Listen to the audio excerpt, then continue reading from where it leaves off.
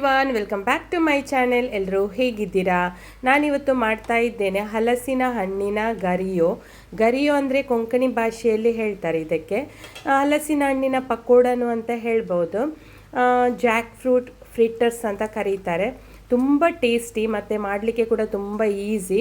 ಹೇಗೆ ಮಾಡೋದಂತ ನೋಡುವ ಬನ್ನಿ. ಇಲ್ಲಿ ನಾನು ತಗೊಂಡಿದ್ದೇನೆ ಬ್ರೌನ್ ರೈಸ್. ಇದು 1 ಕಪ್ ಇದೆ. ಇದರಲ್ಲಿ ಇದು ನೆನೆಸಿ ಇಟ್ಟಿದ್ದೆ ನಾನು. ಈಗ ಒಳ್ಳೆ ನೆನೆದಿದೆ. ಸ್ವಲ್ಪ ವಾಮ್ ವಾಟರ್ ಹಾಕಿ ನೆನೆಸಲಿಕ್ಕೆ ಹಾಕಿದರೆ ಬೇಗನೆ ಒಳ್ಳೆ ನೆನೆಯುತ್ತೆ ಮತ್ತು ಗ್ರೈಂಡ್ ಮಾಡಲಿಕ್ಕೆ ಕೂಡ ಈಸಿ ಆಗುತ್ತೆ. ಬಾಕಿ ರೈಸಿಗೆ ಕಂಪೇರ್ ಮಾಡುವಾಗ ಅಕ್ಕಿಗೆ ಇದು ಸ್ವಲ್ಪ ಗ್ರೈಂಡ್ ಮಾಡಲಿಕ್ಕೆ ಅಂದರೆ ಸ್ಪೆಷಲಿ ಮಿಕ್ಸಿ ಜಾರಲ್ಲಿ ಕಷ್ಟ. ಇದಕ್ಕೆ ಒಂದು ವಾಮ್ ವಾಟರ್ ಹಾಕಿ ಇಟ್ಟರೆ ಈಸಿಯಾಗಿ ಗ್ರೈಂಡ್ ಮಾಡ್ಬೋದು. ಹಾಗೆ ನಾನು ಫಸ್ಟ್ ಇಲ್ಲಿ ರೈಸನ್ನು ಅಂದರೆ ಅಕ್ಕಿಯನ್ನು ಗ್ರೈಂಡ್ ಮಾಡ್ತಾ ಇದ್ದೇನೆ. ಸ್ವಲ್ಪ ರುಬ್ಬಿದ ಮೇಲೆ ಇದಕ್ಕೆ ಹಾಕುವ. ನೋಡಿ, ಇದು ಕೂಡ 1 ಕಪ್ಪಷ್ಟು ಇದೆ. ಹಲಸಿನ ಹಣ್ಣು ಹಾಕಿದರೆ ಆಯಿತು. ಇದು ಅಂದರೆ ರೈಸ್ ಸ್ವಲ್ಪ ಆಫ್ ಆದರೂ ಇದು ಗ್ರೈಂಡ್ ಆಗಬೇಕು ಮೊದಲು, ನಂತರ ಇದು ಹಲಸಿನ ಹಣ್ಣು ಹಾಕಿ ಗ್ರೈಂಡ್ ಮಾಡಬೇಕು. ನೋಡಿ, ಇದು ಕೂಡ ಸ್ವಲ್ಪ ಗ್ರೈಂಡ್ ಆಗಿದೆ. ಈಗ ಇದಕ್ಕೆ ಹಾಕುವ 1 ಕಪ್ಪಷ್ಟು ತೆಂಗಿನ ತುರಿ, ಅಂದರೆ ಗ್ರೇಟೆಡ್ ಕೋಕೋನಟ್. ಮತ್ತು ಇಲ್ಲಿ ನಾನು ಏಲಕ್ಕಿಯನ್ನು ತಗೊಂಡಿದ್ದೇನೆ. ಒಂದು 5-6-7 ಏಲಕ್ಕಿ ಇದೆ. ಒಳ್ಳೆ ಇದು ಪರಿಮಳ ಬರುತ್ತೆ ಅದು ಫ್ರೈ ಮಾಡುವಾಗ. ಅದಕ್ಕೆ ಒಂದು 7 ಏಲಕ್ಕಿ ಹಾಕಿದ್ದೇನೆ. ಇದನ್ನು ನಾನು ಮೊದಲು ಜಜ್ಜಿ ಮತ್ತು ಅದರ ಹೊರಗಿದ್ದು ಸ್ಕಿನ್ನನ್ನು ತೆಗೆದು ಸ್ವಲ್ಪ ಪೌಡರ್ ಮಾಡಿ ಇದು ಕೂಡ ಅಂದರೆ ಜಜ್ಜಿ ಇದಕ್ಕೆ ಹಾಕ್ತಾ ಇದ್ದೇನೆ ಮಿಕ್ಸಿ ಜಾರಿಗೆ. ಮತ್ತು ನೀರು ಎಲ್ಲ ಹಾಕಲಿಕ್ಕಿಲ್ಲ ಗ್ರೈಂಡ್ ಮಾಡುವಾಗ. ಹೀಗೇನೆ ಬೇಕಾದರೆ 1 ಸ್ಪೂನ್ ಸ್ವಲ್ಪ ನೀರು ಹಾಕ್ಬೋದು. ಅಂದರೆ ಗ್ರೈಂಡ್ ಮಾಡಲಿಕ್ಕೆ ಕಷ್ಟ ಆದರೆ ನಮಗೆ ಅಂದರೆ ಇದರ ಬ್ಯಾಟರ್ ಉಂಟಲ್ಲ, ಪೇಸ್ಟ್, ಅದು ತಿಕ್ಕೇ ಬೇಕು. ಮತ್ತು ನಾನು ನೋಡಿ ಇಲ್ಲಿ ಎಷ್ಟು ರುಚಿ ಬೇಕೋ ಅಷ್ಟು ನಾನು ಬೆಲ್ಲವನ್ನು ಹಾಕ್ತಾ ಇದ್ದೇನೆ. ನಿಮಗೆ ಜಾಸ್ತಿ ಸ್ವೀಟ್ ಬೇಕಾದರೆ ಜಾಸ್ತಿ ಬೆಲ್ಲ ಹಾಕ್ಬೋದು. ಇಲ್ಲಿ ನಂದು ಇದು ಹಲಸಿನ ಹಣ್ಣು ಒಳ್ಳೆ ಹಣ್ಣು ಅಂದರೆ ಸ್ವೀಟ್ ಇದೆ, ಅದಕ್ಕೋಸ್ಕರ ನಾನು ಸ್ವಲ್ಪ ಬೆಲ್ಲವನ್ನು ಹಾಕ್ತಾ ಇದ್ದೇನೆ. ಮತ್ತು ನಾನು ಇಲ್ಲಿ ಸ್ವಲ್ಪ ಉಪ್ಪು ಹಾಕಿದ್ದೇನೆ. ಇದು ಬೆಲ್ಲ ಮತ್ತು ಸ್ವಲ್ಪ ಉಪ್ಪು ಹಾಕಿದ್ದಾರೆ, ಅದು ಬ್ಯಾಲೆನ್ಸ್ ಆಗುತ್ತೆ. ಮತ್ತು ಒಳ್ಳೆ ಮಾಡಿ ನೋಡಿ ಗ್ರೈಂಡ್ ಮಾಡಿ ತಂದಿದ್ದೇನೆ. ಎಷ್ಟು ದಪ್ಪ ಇದೆ ಅಂತ ನೀವು ನೋಡಿದ್ರಲ್ಲ, ಈ ರೀತಿಯ ದಪ್ಪ ಇದಕ್ಕೆ ಬೇಕು. ಅಂದರೆ ತುಂಬ ನೀರು ಮಾಡೋದು ಬೇಡ.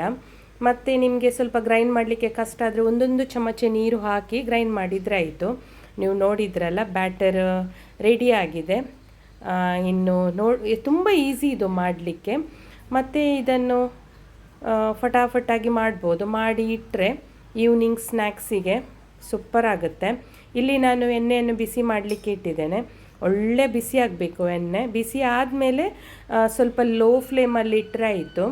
ಮತ್ತು ಯಾಕೆಂದರೆ ಹೈ ಫ್ಲೇಮಲ್ಲಿ ಇಟ್ಟರೆ ಹೊರಗಿಂದ ಒಳ್ಳೆ ಇದು ಆಗುತ್ತೆ, ಎಂಥ ಬ್ರೌನ್ ಕಲರ್ಗೆ ಬರುತ್ತೆ, ಒಳಗಡೆಯಿಂದ ಅದು ಸರಿಯಾಗಿ ಕುಕ್ ಆಗೋದಿಲ್ಲ. ಅದಕ್ಕೆ ಲೋ ಫ್ಲೇಮಲ್ಲಿ ಇಟ್ಟು ಇದನ್ನು ಫ್ರೈ ಮಾಡಿದರೆ ಆಯಿತು. ಒಂದು ಮೀಡಿಯಮ್ ಫ್ಲೇಮಲ್ಲಿ ಇಟ್ಟರೂ ಆಗುತ್ತೆ.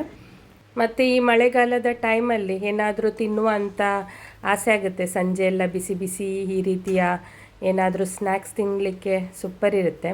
ಹಾಗೆ ಈ ರೀತಿಯ ಅಂದರೆ ಈ ಸೀಸನಲ್ಲಿ ಒಳ್ಳೆ ಜಾಕ್ ಫ್ರೂಟ್ ಎಲ್ಲ ಸಿಗುತ್ತೆ ಅಲ್ಲ, ಹಾಗೆ ಈ ರೀತಿಯ ಗರಿಯೋ ಮಾಡಿ ತಿನ್ಬೋದು. ತುಂಬ ಈಸಿ ಇದು ಮಾಡಲಿಕ್ಕೆ. ನೀವು ನೋಡಿದ್ರಲ್ಲ ಎಷ್ಟು ಸುಲಭ ಇದೆ ಈ ರೆಸಿಪಿ ಮಾಡಲಿಕ್ಕೆ ಅಂತ. ಮತ್ತು ತುಂಬ ಹೆಲ್ದಿ ಕೂಡ. ಫ್ರೂಟ್ ಇದೆ, ಜಾಕ್ ಫ್ರೂಟ್ ಇದೆ, ಮತ್ತು ರೈಸ್ ಇದೆ, ತೆಂಗಿನ ತುರಿ ಇದೆ. ತುಂಬ ಹೆಲ್ದಿ ರೆಸಿಪಿ ಇದು. ಹಾಗೆ ರೆಸ್ಟೋರೆಂಟಿಂದೆಲ್ಲ ತಂದು, ಹೋಟೆಲಿಂದ ತಂದು ತಿನ್ನೋದಕ್ಕಿಂತ ಮನೆಯಲ್ಲಿ ಈ ರೀತಿಯ ಸೀಸನಲ್ ಫ್ರೂಟ್ನಿಂದ ಮಾಡಿ ತಿಂದರೆ ಸೂಪರ್ ಇರುತ್ತೆ. ನೋಡಿ, ಒಳ್ಳೆ ಕುಕ್ ಆಗಿದೆ. ಹಾಗೆ ಎಲ್ಲ ಬ್ಯಾಟರಿಂದ ನಾನು ಎಲ್ಲವನ್ನು ಮಾಡ್ತಾ ಇದ್ದೇನೆ. ನಾನು ಹೇಗೆ ಮಾಡಿ ಫ್ರೈ ಮಾಡಿ ಹಾಕ್ತಾ ಇದ್ದೇನೆ ಹಾಗೆ ಖಾಲಿ ಆಗುತ್ತಾ ಹೋಗುತ್ತೆ, ಅಂದರೆ ಅಷ್ಟು ಟೇಸ್ಟ್.